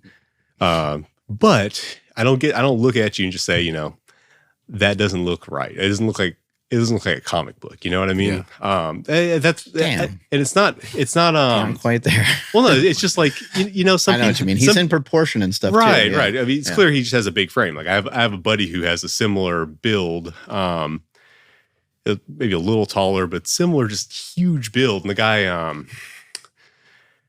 he just looks like he's supposed to be that weight. He's not. I want to actually, if he gets his upper body up, because he's got really, really jacked legs, really jacked calves, incredible. If he got his upper body up, he would look like a freaking Sasquatch. But right now, he doesn't look jacked. He doesn't look fat. He looks like he's a 300-pound human being that looks like he's supposed to be 300 pounds. So some people are just supposed to be bigger than others. I think some, and that's going to be structural. Then when you see someone who looks like they're built to be small and slender, kind of built like a greyhound, but with just balloons coming off, that's a little bit like how much muscle, how much ability is your body going to give you to just, tear bones off the tendon? I don't know. I mean, that's kind of what I look at a little bit more, but all that to say, people look at like FFMI, but like that's not telling the whole story. So a lot of times the biggest guys in terms of FFMI, like you look at them in pictures and they don't even seem like the most impressive guys. Like people, I post pictures of Herman Gorner, one, in my opinion, the best at the Bronze Era strongman, just incredible guy. People look at pictures of him and I tell them this guy was like 6'0", 242 with abs. They're like, no, he wasn't. They inflated their stats. Like, bro, he lifted 660 pounds with one hand. Like, how you think he's going to do that at 200 pounds? I mean, he juggled like 4 kettlebells weighing 430 pounds overhead with, Jesus. Like you got to be kind of big, but you see him standing next to a regular person. He looks huge. Now we do have to mention that some of these guys came from the carnival type era. And that's where professional wrestling came from. Right. And we know how real that is. So that's true. But I mean, there's deflate your hopes and dreams. No, I mean, there are varying qualities of information. Some people are absolutely known to exaggerate, make stuff up, and then some people have a better reputation. Mislabel a weight or something like that. Yeah, because at the end of the day, like they actually did have competitions. They had like judges, referees. So some of the stuff, some of the feats that you hear about have asterisks Now, some people have attributed Gorner to a 727 pound one hand deadlift, there's a possibility that that's a misunderstanding of what the implement was. It may have been like a block with a handle. We're not talking about a revolving barbell, but the 664 figure that I cited, that was done in front of a judge, weighed weights and everything. So there are different standards, you know. Some things like are apocryphal, like everyone's got a story about so-and-so did so-and-so at so-and-so time, but then they had competitions, they had accredited judges, they had organizations just like we do. Maybe they didn't have quite the same level of electronic scales, but some of this stuff was done under, you know, conditions where we can say, you know, maybe they didn't weigh it with the same accuracy we would today, but it's pretty close. So I can believe it because like Jesus Olivares exists. Oh yeah. And like I've seen two people. So in my book, there are two people pulling 6 plates or over one-handed in the modern era. Their pictures are in the book. So you're telling me the best in the world ever couldn't have done 60 pounds more than that? One of them, is what's his name? Joey Keeley. I think he's got a private profile. It's like Scientology official. I don't even know if you want me to mention his name. But he gave me authorization to put his picture in the book. Yeah. So I if I can put it in my book, I guess I can say his name. Yeah. I mean, anyway. So he got 550, like full on locked out. He got 6 plates, 585 to basically to the knee level. In the one hand deadlift, you don't have to get the same kind of decisive lockout as in powerlifting because that's just not possible. The standard is basically at or above the knees, and then your legs have to be locked. Jeez. That's when he was a lot younger. He's a young guy, and that's when he was. I actually told him, hey, don't do that.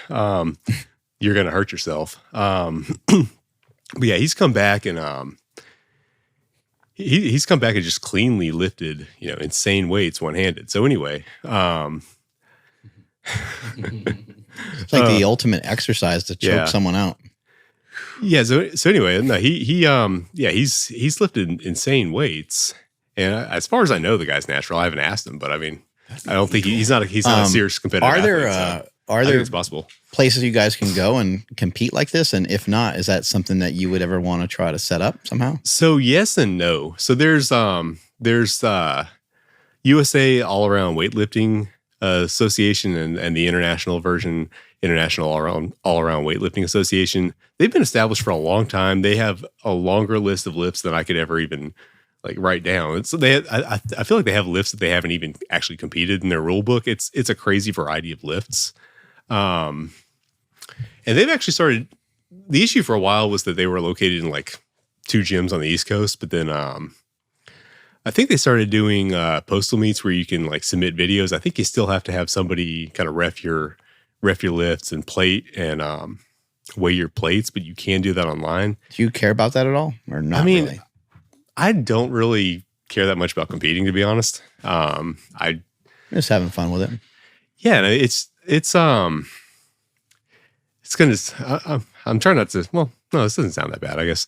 I'm kind of selfish with my time. Like I want to be training for what I want to be training for, and preparing for a competition where somebody else picks the lifts is going to interfere with my training. So I don't want to take time out of my training schedule to just, okay, this is the lift that we're doing. Now I have to train for this. I don't really want to do that. So you get an opportunity to train with other guys like this, like the guy that you were just showing us there. Oh yeah, absolutely.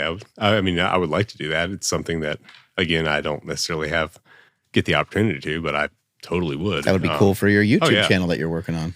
Invite some people. Oh yeah, absolutely. Onto there. Yeah, I mean, the problem is geography. Obviously, this is kind of a small niche, and everyone tends to be spread out fairly. But if I'm definitely open to it. Yeah. Cool. Yeah, I was just going to point out that there probably have been fake natties since the beginning of time, right? We know of like snake oil salesmen, but I believe like it really took off with the home run race, right? Mark McGwire, Sammy Sosa, and eventually Barry Bonds. And not to ego stroke, but I think we all became aware that like there was such thing as a fake natty because there were people making a lot of money for their physique. And then, I didn't know that everybody, in the magazines were on stuff until Bigger, Stronger, Faster. And I think that's what really exploded everything on the like social media scene and that sort of thing. So we have, Mark and Chris Bell to thank for that. Absolutely. Yeah. Definitely. Just that conversation, transparency. Yeah. I mean, before that, I wouldn't even call them fake natties though, because no one talked about it. They were just lying. I would call it, to me, I would say a fake natty is someone who, or even if you have like, I see what you're saying. You have a baseball player, they're going to get, if they say, yeah, I'm on steroids, they're geting fired, right? I think that's the rule, right? So that's not a fake natty. You're not coming out. Well, even worse, at the time, they weren't even tested for it. Right. So it was they weren't even they were allowed to. Yeah, they weren't. Well, they were kind of turning a blind eye. Yeah. They're like, damn, ratings are up, but Mark McGwire just gained like 30 pounds in one season. Shit. Oh well. I have no problem with a professional athlete doing what they need to do to keep their career. That is fine. That's not something I want to do a crusade against or at all. That's just the way sport is these days. When I'm talking about a fake natty, I'm talking about someone who's saying it when they don't have to. If some reporter should know better than say, "Hey, are you on steroids?" and they give you a gotcha question. Like, of course they're not going to be able to say their career's on the line. But I'm talking about someone who's coming out saying it when no one's asking. Yeah. So the social media people claiming one thing and then and lying about it or trying to cover it up or whatever. Yeah. That's what I'm talking about. Not people trying to protect like pro athletic careers. That's how business is. Do you guys want to talk about that post? Oh no. That was controversial. The overweight trainer. Oh yeah. Back and forth. You had a comment here. Okay. Well, what was your, okay. So, let's play. I think we can play this video. There's no sound, right? Is there any like, Sure. I think it's okay. Let me just get the audio going. I think this is something I posted, right? Yeah. Fitness coach? Yes. Am I still working on losing fat? Yes. Can I kick most people's butt in the gym? Most definitely. Do I have years of experience and knowledge in how to lose weight and gain muscle? Abso-freaking-lutely I do. And when I get to my goal weight, y'all better watch out because I'm going to be the fastest and strongest chick you've ever seen. Am I a fat fitness coach? So, okay. So you had a comment here. I don't know if you can zoom in on it, Andrew. The boobs? No. Oh my God. Here, let me just text it. Yeah, text to me. All right, you can zoom in on something else.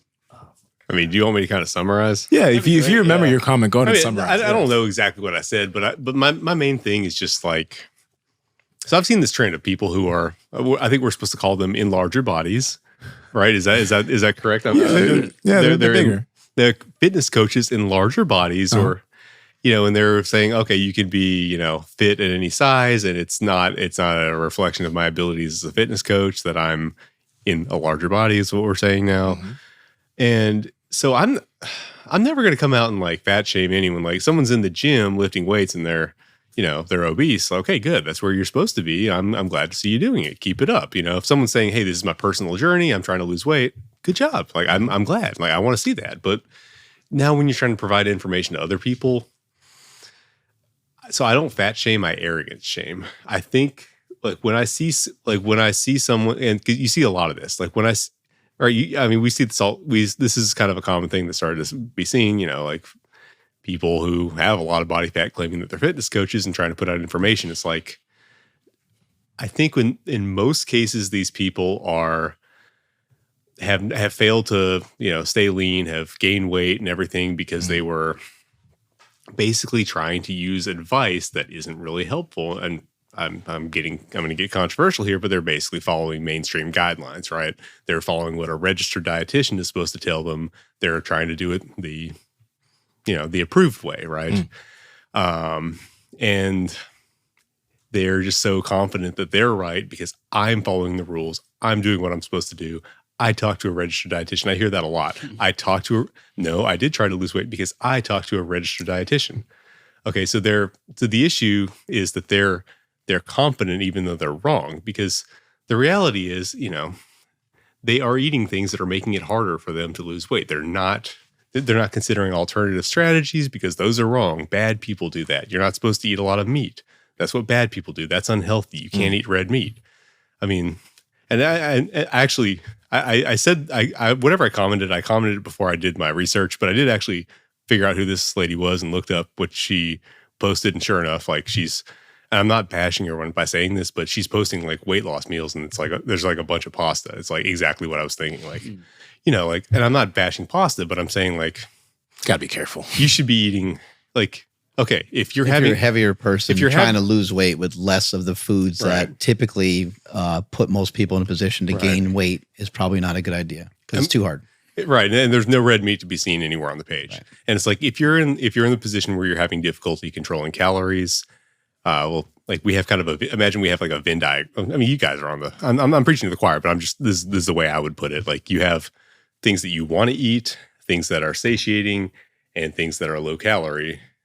Like, and there's like one thing that's in the middle that you want to eat that is satiating per calorie. And it's going to get you to stop eating. And guess what that is? It's animal products. It's red meat. It's eggs. It's all that good stuff that we're all kind of, you know, preaching the same choir. And then you have these registered dietitians, people who are doing the system approved messaging.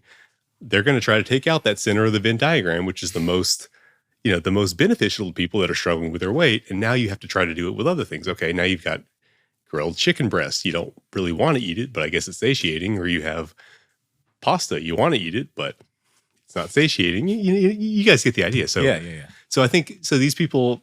So I think a lot of these people are they're so convinced they're right that they're gonna just keep doing what they're doing, even if it's obviously demonstrably not working. Because if you're a fitness professional, this lady's very strong. I mean, she's deadlifting 315 for reps. You're that good at exercise, and you obviously care about fitness, and you're having that much trouble maintaining your weight. It should like you should get to a point where it's easy. Would you guys agree? I would say yes. You should get to a point. We don't know where she is on her journey, how much she's lost, and I think that's kind of one thing that I think maybe some people who are bigger, who might be trainers, have maybe a slight advantage. The advantage being they can relate to a person in that situation. And I'm saying contextually, let's say someone's lost 50, 100 pounds, they're still heading down. They're being consistent. They're actually making progress. The things that people who are 400 pounds go through, right, when it comes to like the psychology with the way they look at food, the way they look at even trying to get up and go take a walk, all these little things that I take for granted, I can easily go walk without a problem. And our homie You can Russell, say, buddy, I get it. It's hard for you. It's hard for me still because I'm still heavy. I'm still working on it. right? So so I think that there's some people who they're heavier, but they can actually be very good trainers because there's things that they understand about the way that a lot bigger people live their lives. Right. And then there's the situations that you're talking about, right? Where it's just like, it's not really great nutrition advice. And the only reason why they're getting hired is because they're big and they can, they can relate, right? But I think that relatability factor is a plus for some heavy trainers that are actually very good at it, right? So my understanding of the post, wasn't that she was like, she started out like 400 and she got down to here. My understanding was she was fitter and then gained weight as a trainer. That was my. If I'm wrong, then that would definitely change. That would change my outcome, or that would change my opinion. Like if she's midway through her process, that would be a different thing. My understanding of that was that she was a fitness trainer and built up a good level of fitness and gained weight. That's what I'm saying shouldn't happen. Now, True. Now, if you're, And sorry for all who are struggling like that, but ideally, you're right. No, I mean, as far as so if I'm wrong, then I just mouth off on misunderstanding the situation, and that's on me if that's true. But if my understanding was that she had gained weight, and I have seen some other people that were that were fitter and gained weight. And that I would say, if you know what to eat and you're not like just hell bent on, I will eat the system approved diet, that should not, at least not to that extent, that should not happen. Yeah. I think it's really easy to get distracted by someone's particular message, that whole thing was like shot and sort of set up in a way that, she's lifting this weight and she's doing it quite easily. She's obviously very proficient at lifting, and she is kind of overly confident, saying like, fuck it, man, I'm a little chubby, but here's what I think, and I can still help a lot of people. So when I look at that message, I'm just thinking, you know what? She's right. I bet you she can help a lot of people, and I don't have a problem with her helping people. What do you think your hang up is with someone like that trying to help people? Well, it's not, I mean, it's always good to try to help people, but if you're giving them information that's going to make it harder for them. Because I mean, a lot of people, my thing is not about her. It's like, it's about the other people, you know? A lot of people are struggling. I mean, so many people are struggling with this stuff. I mean, obesity is obviously an epidemic. It's arguably the most serious, you know, thing that's happened in, you know, in centuries, really. I mean, it's an unprecedented health crisis. So many people are struggling with that. So it's not about her. I don't have any antipathy towards her as a person, but if she is spreading a message, which I think she is, just about, you know, what to eat for weight loss, that's not making it easy on people. Cause I'm not about like hardcore, just discipline, just be more disciplined, just be more hardcore, wake up at 4 a.m. and be more disciplined. Like I want to make it as easy as possible on people. Like these people need easy. They don't need hard. And what makes it easy is just, you know, eating things that they tell you you're not allowed to eat. You're not allowed to eat red meat. Well, that's what makes it as easy as possible. Is that going to work for everyone? No, I mean, probably not everyone, but it's going to, like, I can tell you from personal experience and a ton, like, I mean, you couldn't count all the people that can. Like, I think I'm kind of a middle of the road guy. Like, I think I would never become like 400 pounds if I'd never lifted and just ate whatever I wanted, but I also wouldn't be skinny. I'd be chubby. You know, I was a chubby teenager until I started getting into fitness. I'd be middle of the, I think we'd all be pretty husky if we just kind of did what we wanted. Yeah. I mean, I think my metabolism is like middle of the road. I don't think it's not something that's ever been like, oh, I have like the worst genes in the world for obesity, but I'm also not the naturally skinny person that can eat whatever they want and stay ripped.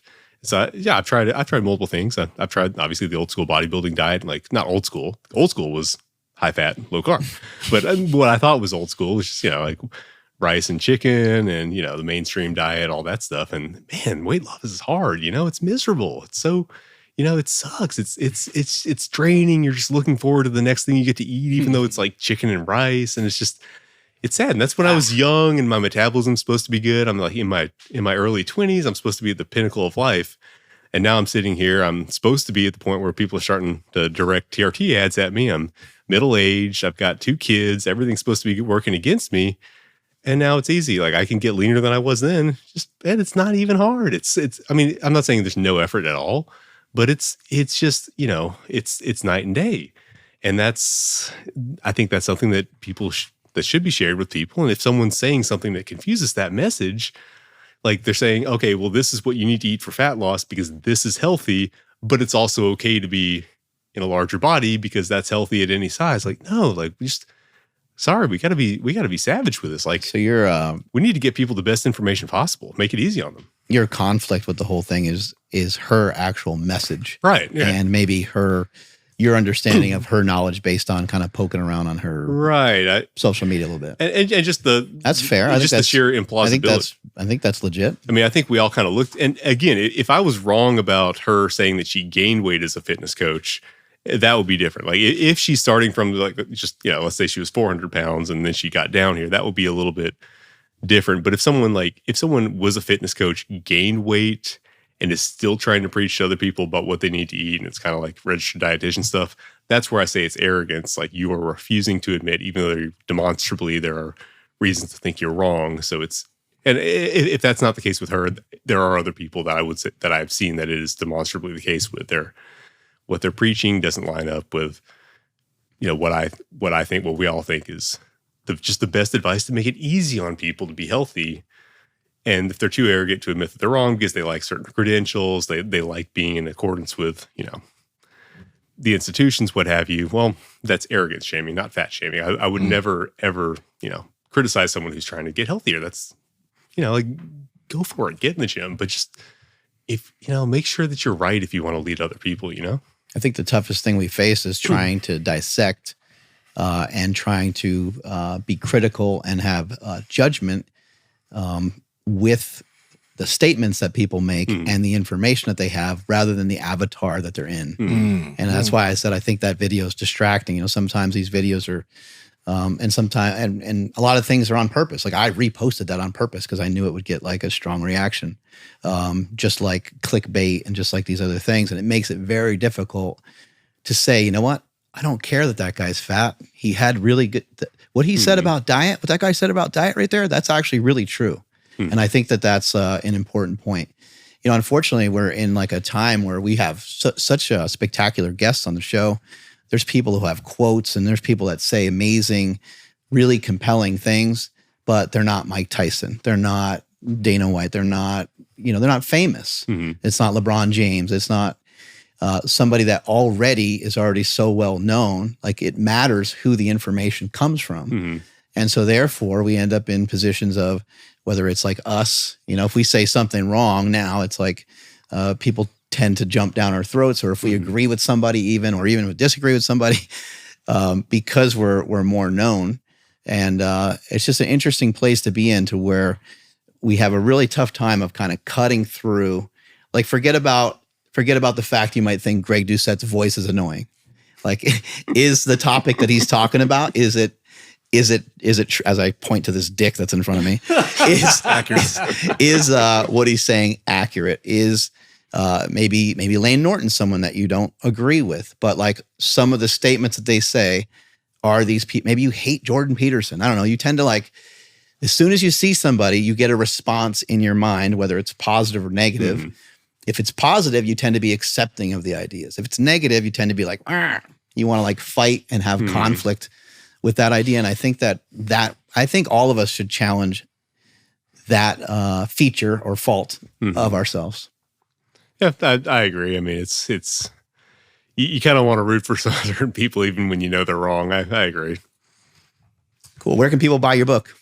AtlasPowerShrugged.com, and it's also available at links on my Instagram, Atlas Power Shrugged, and YouTube, Atlas Power Shrugged. I gotta say, guys, great book. You should get it, because there's a lot of lifts in there I haven't seen before, dude. And it's like, it's really cool how you put all that together. I don't think anyone's done that yet. So it's a great book for any type of lifting enthusiast that wants to do some unconventional shit.